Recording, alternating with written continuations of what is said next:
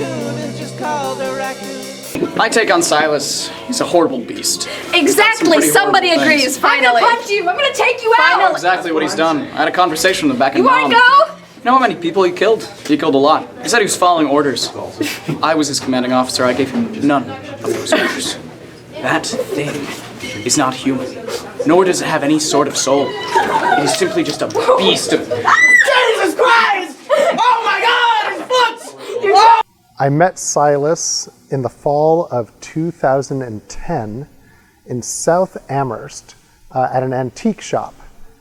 We were doing our very first immersive theater production at the school, and we were going through this shop to get various things, and then on one of the corners there's this beady little creature looking at us, and completely like scared one of my freshmen, and they ran out of the antique store. But one of the seniors was like, oh no, that's we could be friends with this thing, and we approached him cautiously and started speaking more slowly, and it backed down a little bit. And then we introduced ourselves. Silas then revealed that he had a little bit of a history with performance and was actually a pretty solid actor. And we didn't question it at the time. We're just like, great, maybe you could come join our team at the high school and see what happens. And Silas was into that, was willing to try out some immersive theater, and came with us to Ashfield where we did the piece. And then stowed away in the truck when we were moving stuff back from Ashfield to high school, and then we found him here, and he just never really left. You know, I came about him when I was just like on a walk in the woods trying to clear my mind. I saw him there, and he was like, you know, obviously telling me about his upbringing, and we kind of hit it off immediately because we have very similar personalities. I mean, we're both Sagittarius, and yeah, he's a very outgoing guy. I honestly only have good things to say about him. So did you become friends right when you met him in the woods? Yes, I would say minutes in. Like, once I heard him talk, and of course I wasn't shocked by him talking because, you know, animals talk all the time to me. Many have compared me to Snow White, but I usually just don't bring it up because I don't want people to think, like, not believe me, obviously. It's just kind of like between me and the animals. So, yeah, when he spoke to me, I was kind of just like, oh, just another one speaking to me, used to this, you know. I met him my freshman year, so I think 3 years ago. He was, since day one, you know, he was just like mean to me. He treated me badly.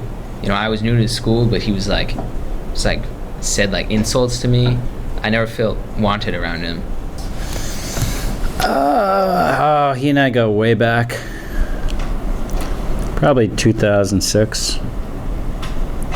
Where did you meet him? I never actually met him. He would show up occasionally. I had one of those cameras you strap to a tree to find wildlife, see what goes through your yard and stuff. So one time I saw him. I saw Silas on my camera. About his family? Yeah, I know nothing about his family. In fact, he doesn't bring it up. When he does, he insinuates that his family's human. I don't know what to make of that either. He talks just like his regular suburban life, you know, as a kid. What do you do with that?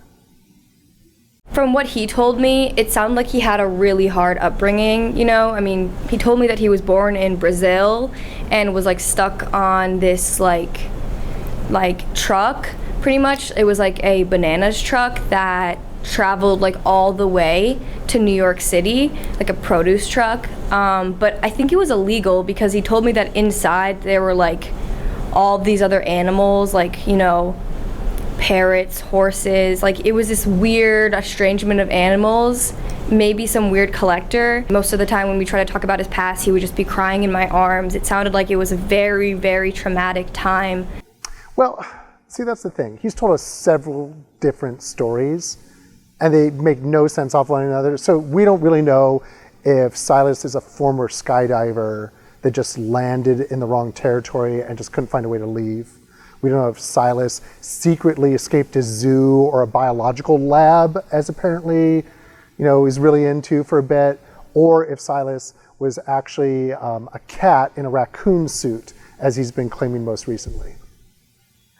I think I saw him in Guardians of the Galaxy once. I heard that he apparently, you know, he's the, what's that one called? Like the rocket raccoon? Galaxy? Yeah, the rocket raccoon. Can't believe that guy. Anything. There's no way. Like he was like traveling through space and whatever. Yeah, that's not true. He's not that tough. You know, he talks big talk, but he can't. He's not very smart. You know, he's just a normal raccoon. To my understanding, it's a rule that Silas has to be present in like some part of every show.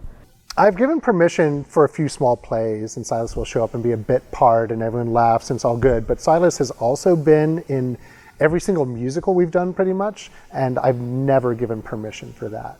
Silas just seems to show up. He had a bit role in Sound of Music, but he couldn't sing, so I think he was just relegated to be a prop in that one.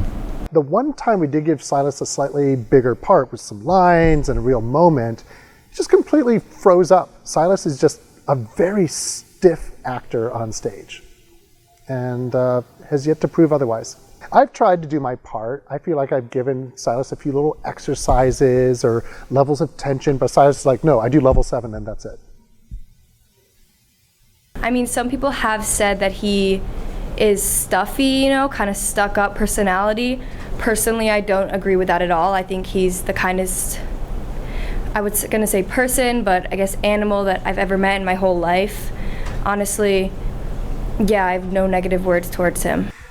Silas finds his way into scenes that Silas is not supposed to be in. Silas insists on trying to take the brightest light. I would say that qualifies as a diva, yes. I think Silas is such a good soul. I think that the way he looks to just sort of relieve some of the burdens in the theater company, you know, it's a stressful place, and put a smile on people's faces and participate in the shows with us and just help pick up. I think it's really admirable. I think he helps set a really good example and really helps sort of support the tone and the culture that we're going for in the theater company.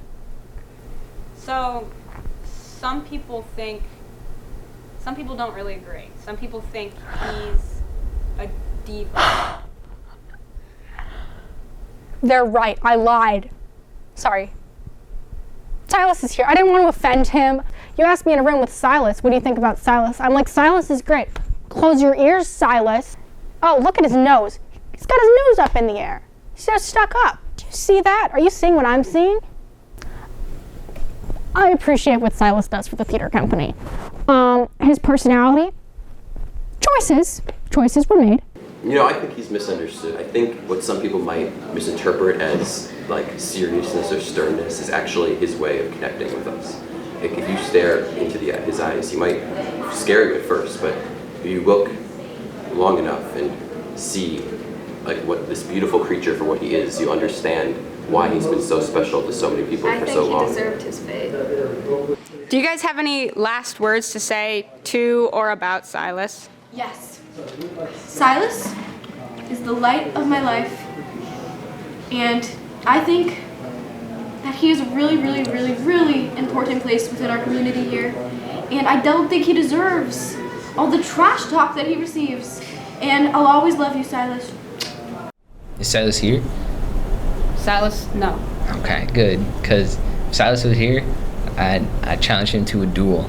So Silas, look out. I'm coming for you. I'm coming for you, Silas. Honestly, when I first saw Silas, I thought he like lived in a dumpster, but no, I was wrong. That's all I gotta say. I think he does. I think he does live in a dumpster. He would never go through garbage. I just want to say that. He only eats organic produce. You know, he only goes to Whole Foods. Like, he's never even like set foot in like anywhere near a trash can. Honestly, he's the cleanest person I know. Well, it feels a little weird to kind of talk about Silas in third person while right next to him, but that is also honestly part of our relationship at this point. We rarely talk directly to each other. We prefer to talk through other people to each other. So I feel like that represents that well. But I would also say that tells me why Silas really has some work to do as an actor still. I secretly think Silas is really scared, has a lot of fear, and is not willing to admit it, and instead comes off as a diva. He's a cool cat. Wish he and I got to know each other more, but he's pretty quiet and quiet, deadly type.